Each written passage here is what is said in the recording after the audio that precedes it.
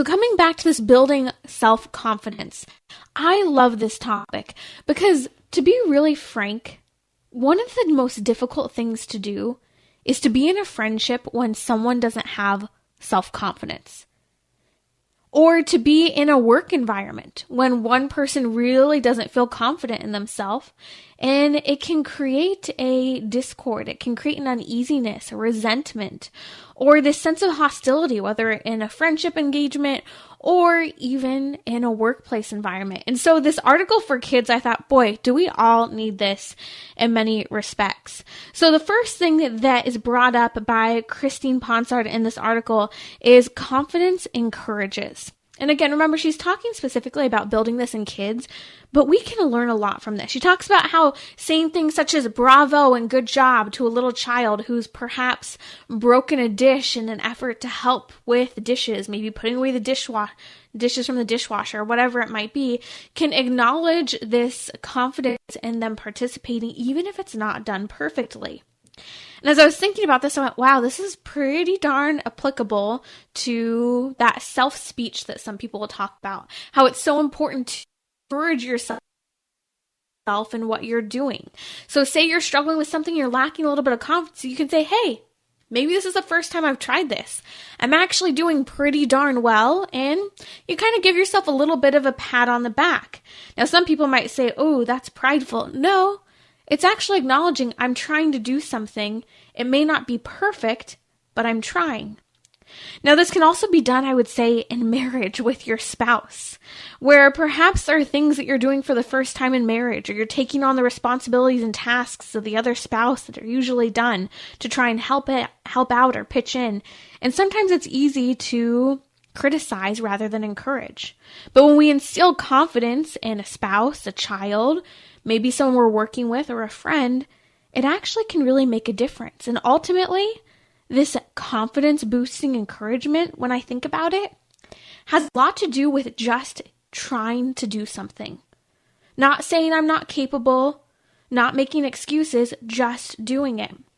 One of the things I learned about myself when I both danced and ice skated, I danced for far longer than I ice skated, was that for me, I just had to try it. I couldn't wait. I couldn't, kind of try to understand every single little principle, which I still try to do before doing something. But if I just kind of try to grasp the big picture, understand the components, and start trying to work through it, well, that can actually build confidence by working through it and not saying I have to have it perfect right away. The same can be said for kids, ourselves, and how we boost confidence in other people. The second theme for confidence boosting is that confidence is contagious. Specifically from the perspective of a parent, when a parent is someone who is confident or shows confidence in their child, it begins to build that child up. And in fact, it's what parenting is, to help that child understand that you're confident in yourself as their parent so that they themselves can be confident in their own identity. So I love this confidence is contagious as listed in this article. But as I think about these two topics, confidence encourages and confidence is contagious, I realize that in order to build confidence in ourselves or others, we also have to develop virtue. So in order to build confidence and encouragement and just trying things out, that means we have to have the virtue of patience, both with ourselves and with others. In order to show that confidence is contagious, that means that we have to have humility. For example, as a parent trying to show confidence to your child, or maybe an employer or a team leader working with your team, you have to show that both you're confident in yourself and them, but also that you're humble enough to grow, to receive feedback, and much more. So when we think about this is all about character formation. The third of the four things in building confidence in children, but again, I say in building confidence in ourselves as well, is that confidence is a demanding attitude. It expects a lot, both in terms of expectations of ourselves, but also in expectations of others. In having this demanding attitude at the same time, we should be instilling this attitude in others and in ourselves that they are not alone, nor are we. And that starts by remembering we're a creature before the Creator. And that if we're going to have this demanding attitude of ourselves, even though it's demanding, it's not just me, myself, and I getting things done. That's a great path to failure and burnout. And the same thing with others. Even though we might be demanding of confidence in others, there has to be this acknowledgement sometimes we're going to drop the ball, fail, outright fail, and struggle, but we have to be willing to reach out to others. And so with that comes yet again, I would say, back to that virtue of humility and patience with ourselves. Because in order to have that confidence being built, I think that's the missing component. Virtue is necessary. Slowing down, letting go, humility, remember to become like the dirt. To become like the dirt, which God created the dirt, and He created you and I. We are infinitely more great than the dirt. However, we are still far, far less than what God is. And there's humility in that, and reminds us to be patient with ourselves. Finally, confidence is given and received.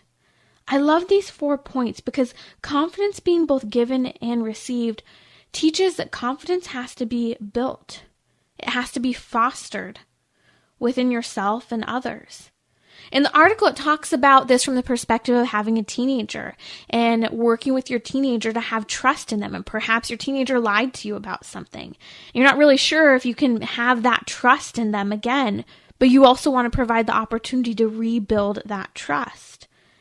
And so building trust, building confidence, building ownership in a friendship, in a responsibility, in marriage, in the workplace, requires, I would say, a sense of honesty with ourselves. And that's a virtue as well. And so in order to build confidence, which I think sometimes is thought of in a secular perspective as somewhat prideful at times, it really is something that is virtuous because it demands patience, it demands honesty, it demands humility. So when you start working on building confidence in yourself, your spouse, your child, or even the people you work with, know that starts with how you view confidence as well and what virtues you're working on implementing. And in fact, a little later on during the show, I'll talk about how working on one virtue this Advent is actually a great way to grow and form your character. And now is a better time than ever for that.